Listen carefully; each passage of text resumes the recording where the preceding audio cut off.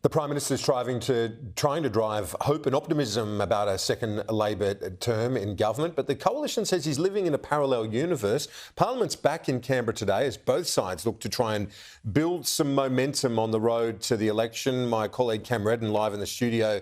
Cam, the Prime Minister says there's a lot to be optimistic about. Yeah, there's a bit of a buzz about the building today, Kieran. The pollies are back, the staffers are back, and it's a buzz that the Prime Minister hopes will translate across the electorate as well, because he wants to use these 2 weeks to, yes, set up a platform for the election to come, but also to ram home some of the victories that he believes he's achieved throughout this term in office. And a key to that theme is the idea of optimism. The Prime Minister speaking outside the formal church ceremony that opens the parliamentary session this morning, and it's a message too that he reiterated to his team during a rev up of the party room yesterday, believing that there is a cause for hope and optimism, that there has been progress made on the economy when it comes to bringing inflation down, keeping unemployment steady, and also seeing real wages rise. Peter Dutton striking a slightly different tone when addressing his party room this morning, arguing that he doesn't believe that message of optimism is being felt, given that inflation was higher for longer, and much of that pain households still feel when they go to the checkout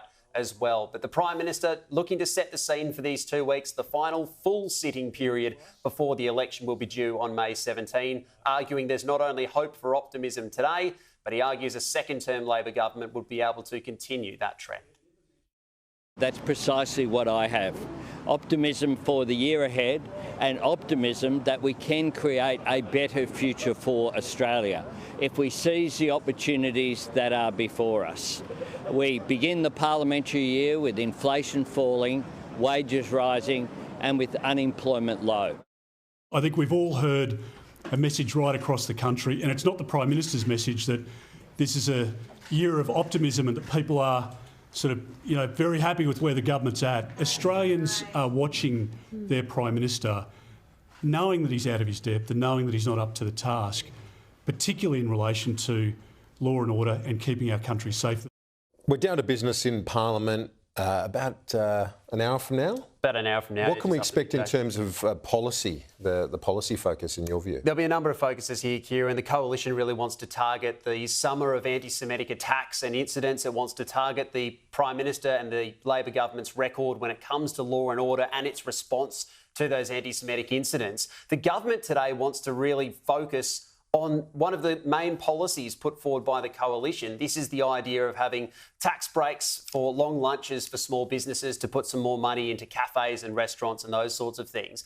The opposition, though, has responded to these figures released today by the Treasury and a growing dispute now over the cost of what this policy put forward by the opposition would cost. The Coalition says it would be about $125 million a year, $250 over 2 years. That's the costings put forward by the Parliamentary Budget Office. Jim Chalmers, the Treasurer, though, asked Treasury to run its own numbers, and it found that in a best-case scenario, assuming an average tax break of $2,500 rather than the total amount of $20,000 that would be available under this policy, that the cost of the policy would be much more like $1.5 billion a year, several times larger.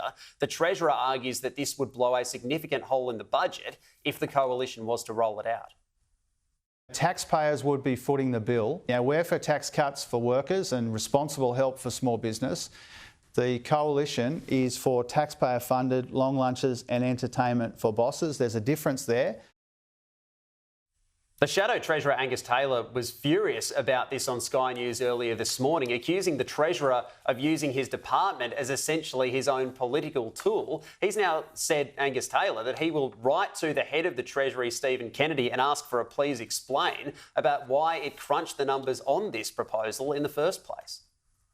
He, frankly, is on a mission to turn the public service into an arm of the Labor Party. It is absolutely at odds, in our view, with the Australian Public Service Code of Conduct. I'll be writing to Stephen Kennedy today, the Secretary of Treasury, asking for a full explanation.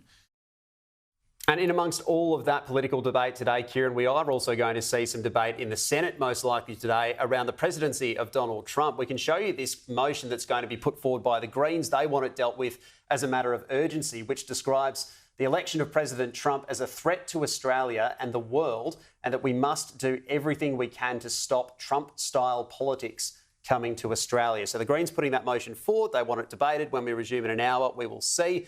But Kieran, we're back and we're well on the road to the election.